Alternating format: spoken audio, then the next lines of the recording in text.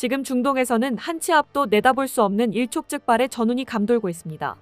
지난 28일 도널드 트럼프 대통령은 이란 지도부를 향해 시간이 얼마 남지 않았다는 서늘한 경고를 날리며 핵무기 금지 합의를 위한 최후 통첩을 보냈고, 이에 호응하듯 미 해군의 에이브러햄 링컨 항공모함 전단이 페르시아만과 오만만 일대에 전개되면서 중동의 군사적 긴장감은 이미 통제 범위를 넘어섰습니다. 이란 인근 지역에 주둔 중인 미군의 군사 활동은 이제 무력 시위 수준을 넘어 실전 단계로 급격히 격상되었습니다.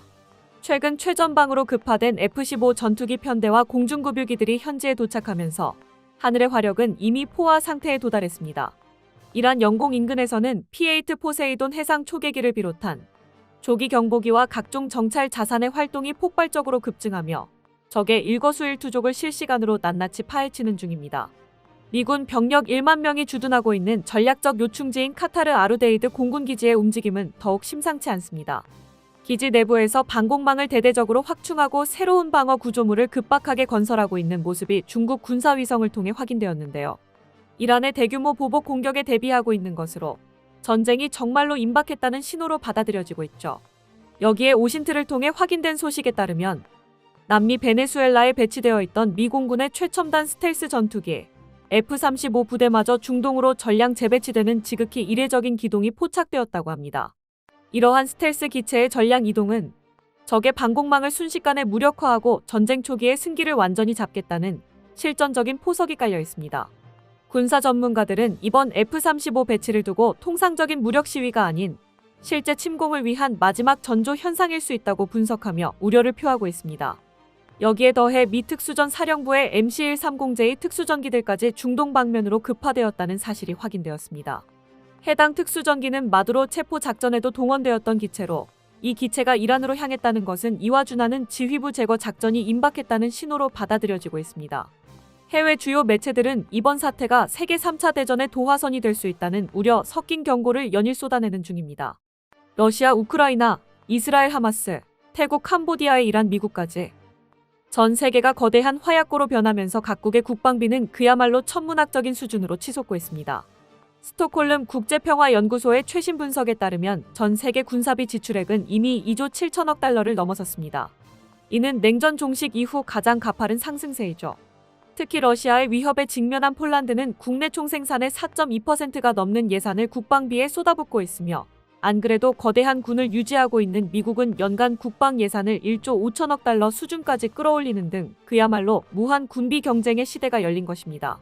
하지만 이 전무후무한 방산 호황 속에서 축배를 들어야 할 미국과 유럽의 전통적인 방산 거물들은 오히려 당혹스러운 성적표를 받아 들고 있습니다. 기존 강대국들의 단골 고객들을 마치 약탈하듯 빼앗아 가고 있는 국가가 등장했기 때문입니다. 그 주인공은 역시나 대한민국이죠. 미국이나 독일 무기를 도입하려면 생산 라인의 한계 때문에 최소 5년에서 10년을 기다려야 하는 게 현실이지만, 한국은 주문과 동시에 무기를 쏟아내며 그 틈새를 완벽하게 장악해버리고 있습니다. 외신들은 한국이 기존 강대국들의 독점 구조를 깨뜨리고 있다고 경고하고 있는데요. 그런데 얼마 전 전직 미 육군 장교 출신으로 날카로운 통찰력을 자랑하는 유명 군사 전문 유튜버 저스틴 테일러는 한국이 우리 모두를 세계 3차 대전으로 내몰고 있다는 영상을 공개하며 화제를 불러일으켰습니다. Our friends in South Korea are arming everyone for World War III, so maybe one day we can all look forward to seeing Made in Korea stamped on all the burnt out hulls on the combat footage subreddit. From tanks to planes to giant rocket launchers, everyone's military is getting a little more Korean. But why? Is there stuff better than us Americans or those dirty Europeans? This is the K2 Black Panther main battle tank. First introduced back in 2014, it was originally designed back in the 90s to meet South Korea's military need for a modern fourth-generation tank with the goal of fighting North Korea in the complex terrain that is the mountainous peninsula. Poland is trying to acquire 1,000 of them. Now our Polish comrades are not planning on fighting Kim Jong-un's horde of conscripts anytime soon, so why did they just spend $6.5 billion on tanks designed specifically to do that? Well, let's look at the tank itself first. Originally, Korea wanted to buy the Abrams back in the 80s, but it came with a lot of strings attached because the US is all hush-hush with a lot of its technology. So, the Koreans just built their own version. K2s started being built in 2008 and are now the standard main battle tank for the ROK Army. These have a combat weight of 56 metric tons, making them a full 20 tons lighter than modern M1 Abrams tanks, and come in at a cost of about $8.5 million per unit, depending on the batch. It comes armed with a 120mm WIA CN08 cannon, a K650 cal, which is just a Korean Ma-Deuce, and a coaxial 7.62 machine gun for soft targets within 900 meters. Along with all that, you get the latest in digital fire control systems for aiming, with additional abilities to account for Korea's harsh terrain, a fully networked battle command suite, and a decently modular armor configuration. There are 3 big reasons why the Poles are buying this tank: costs, standards, and manufacturing. First is cost. K2PLs cost at most $13.5 million per tank.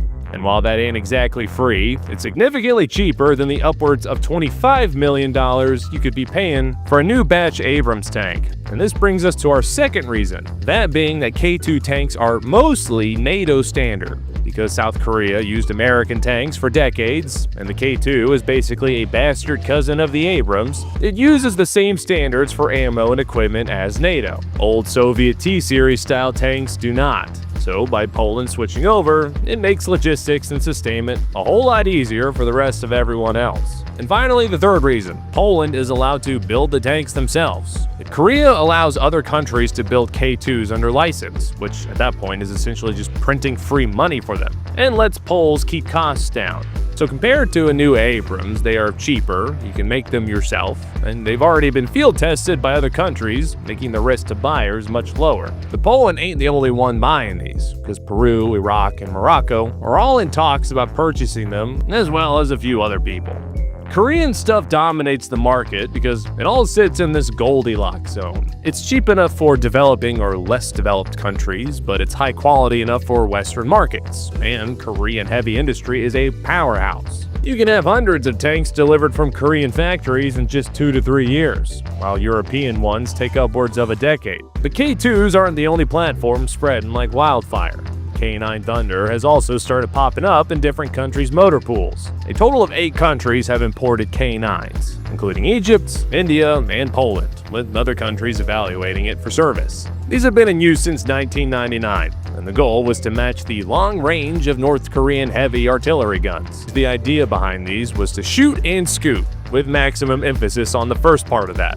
They did this with a very efficient autoloader system that can fire 9 to 10 rounds per minute. The goal was to make it so that North Korean counter-battery fire would be mostly useless, and they could make up for having fewer guns than the North by having ones that could shoot faster and engage multiple targets at once. On top of having longer range and better platform reliability compared to the American Paladin, K9 Thunders are also significantly cheaper, and like the K2 tank, can be licensed out so that other countries can make them themselves. Now there's a lot of different names for this kind of model where Korea lets other countries build their stuff. The K-Defense Cooperation Method, K-Model Exports, whatever this says, they all basically mean the same thing, and it's a really smart idea. The K239 Chunmo, aka Korean HIMARS, are selling like hotcakes to places like Saudi Arabia and Romania, and can even fire American HIMARS ammo with some modifications. The K21 IFVs are being evaluated by Indonesia for purchase, and are one of the most advanced IFVs currently being produced on the Asian continent. And FA/TA-50s are being bought by the dozens by countries like Poland, Thailand, and Indonesia. But there's one area that even us mighty Americans are looking at leaning on South Korea for, and that is boats. A new initiative is being fielded called the Make American Shipbuilding Great Again. In it, South Korea has pledged $150 billion to rebuild that part of American maritime industry.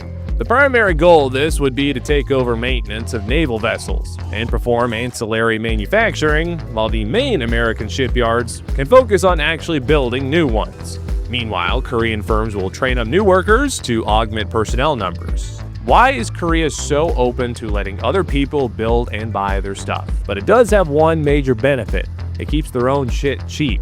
If you have half of the semi-free world buying your tanks, planes, and IFVs, you get to benefit from economies of scale, and the cost to equip your own army goes down significantly. Additionally, because all these countries do some kind of improvements or modifications, you can also benefit from those without having to dump money into R&D yourself, so it's a win-win overall.